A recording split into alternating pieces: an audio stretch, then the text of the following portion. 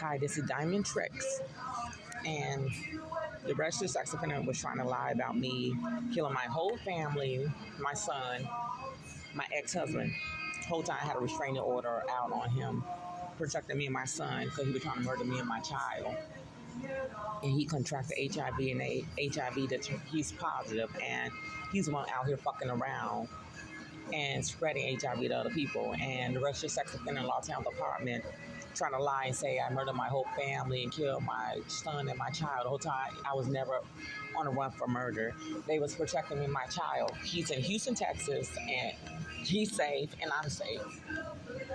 I had a restraining order on my ex-husband because he was trying to kill me and my child.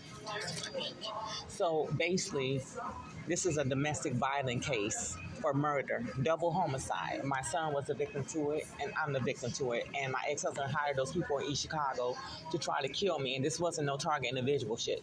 He was trying to wrongfully convict me, put me in a mental institution, jail or prison, and frame me for a murder I did not commit. So he was in the wrong. So I'm posting this on TikTok because I want everybody to be aware of this. Committed extortion in my name, had everybody involved in it, including the LGBTQ at Cornerstone Community Outreach and some of his family members who's working over there. Trying to frame me for a crime that my ex-husband did. And a sex offender was spitting on me, and he have HIV and AIDS. And he be following me around Larson House apartment. Purposely be trying to spit in my mouth. And purposely be spitting on my clothes after I wash my clothes and fold my clothes. And that's why I smell like I have HIV and AIDS when I don't have it, because he was spitting on my fucking clothes. Even when I'm on the bus. Following, spitting on my clothes and my shoes. Then drive off. And that's not right. And this is an everyday thing. He does this shit. It's every day he follows me. And this is becoming a problem. And this is a health hazard inside my apartment and outside and in the laundry room. And you follow me, you were trying to spit in my mouth, you have HIV and AIDS. That's against the law. You're not supposed to be spitting in nobody's mouth. You're not supposed to be spitting on them, period. You're a registered sex offender. You're not supposed to be around women or children, period. You can't get locked up because that's a crime and you violated it. You have no business following me around. You're a registered sex offender. We're not in a relationship. I don't hook up with bitch ass niggas like you. I don't like sex offenders.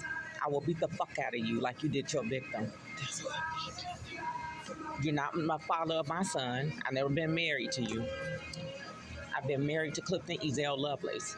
He's my first husband that I have a child by, one child, who came out to be a boy. And a transgender woman spread false rumor about me being a target individual, had no idea I was a domestic violence victim, and got a restraining order on my ex-husband.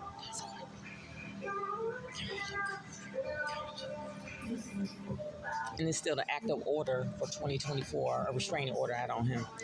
He paid all those, his people, to pretend to be my order of protection to try to kill me in East Chicago. And my ex-husband knew going to court and him was plotting on me to get my son taken away. He set me up to get my son taken away purpose to try to make me look like I was a sociopath, a killer, but I'm not. They weren't buying it. The detective said, we're going to lock your ex-husband up.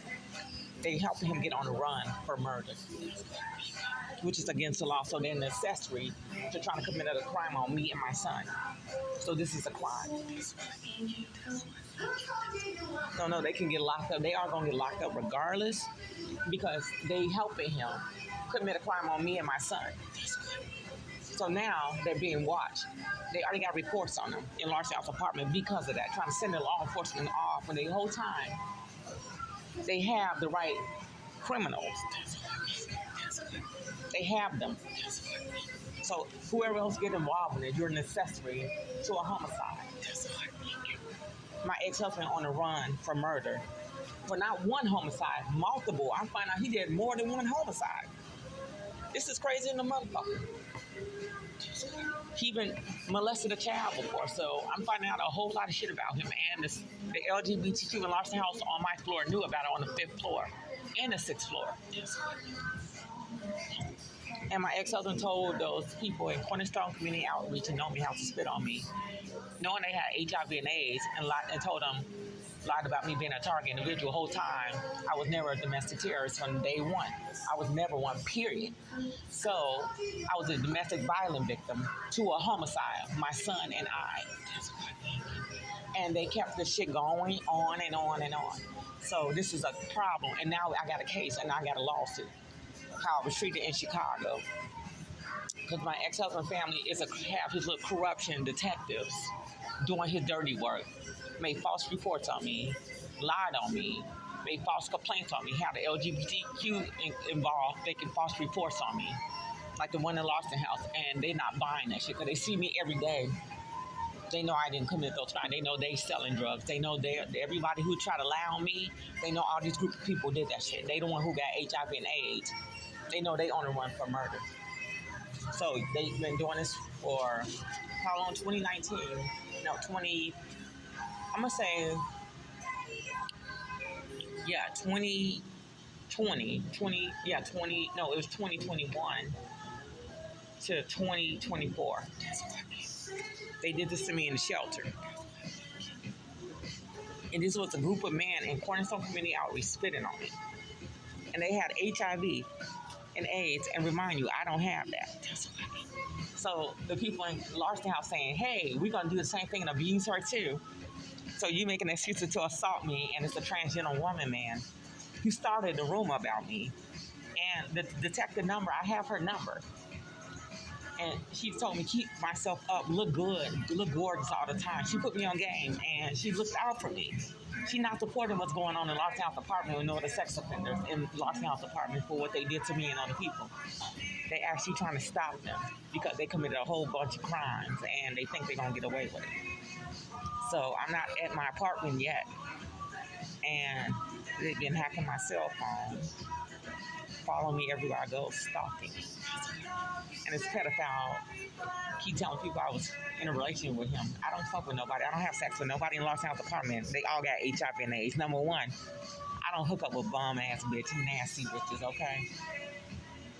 I refuse to sleep with trash, okay? Number one, I don't swing that way. I like real men who know what they want. I will get a job and work my ass off. I will not be involved with this goofy shit. I don't date sex offenders, and I will beat the fuck out of you for what you did to women and children. Yes, I will. I will settle to get my son taken away in the DCFS system, and they try to frame me for murdering my child. And the whole time, I never did that shit. I don't believe in murdering children or women. I'm not a murderer. Trying to make me look bad in the district courthouse. My ex-husband knew about this shit, and everybody in Cornerstone Community Outreach busted out with the recording. He knew what happened in my son's situation, so he had someone set me up to get my son taken away. Not just that, what happened to me in East Chicago at Cornerstone Community Outreach. When that detective played that recording, I was heated. I wanted to knock my ex-husband out, Clifton Ezell Lovelace. And Larson House trying to do the same thing. How you gonna set someone up who's not a target individual, who a domestic violence victim, to a homicide, me and my son? For my family was trying to kill me and my son on Racine and in Evanston. We're trying to murder me and my child. Claim that I had a lot of life insurance money on me. I don't have life insurance money on me like that. So all of them deserve to be behind bars. I don't feel bad for none of these bitches. I don't trust none of them. They all can kiss my black ass. Why would you do that to people?